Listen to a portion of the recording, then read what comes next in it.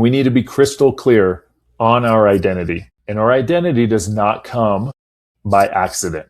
And I want to be very clear about what identity is, because we often conflate identity with roles. A role is what you do. An identity is who you are. And when an identity is who you are when everything is stripped away from you. And I want to caution you that if your identity is confused with a role, that leaves it eligible to be taken from you by another man.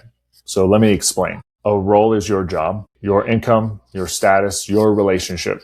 So if your identity is I'm an engineer, what happens if you lose that job tomorrow? You're probably going to be lost. Now, let's say your identity is I'm a husband. Now, none of us want this to happen, but let's say she's called home to the Father and she's in the Holy of Holies, right? She's sitting next to the King of Kings. What happens to your identity? You're lost.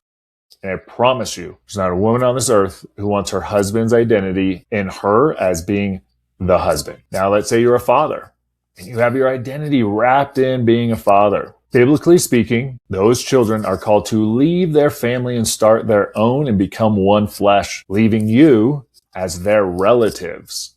Yes, technically you are that person's father, but it doesn't make you a father because your role has changed. That child's role has changed. Even if you are promoted or demoted, it's an example of where a role can change. Now, for me, Jesse Carstairs, my identity is I'm a follower of Christ first and foremost. That's it. And it does not change if I win, does not change if I fail, and it does not change if people like me or not. And no man on this earth can impact my identity. Hope you get a grasp of this. Our identity and our roles are completely two different things.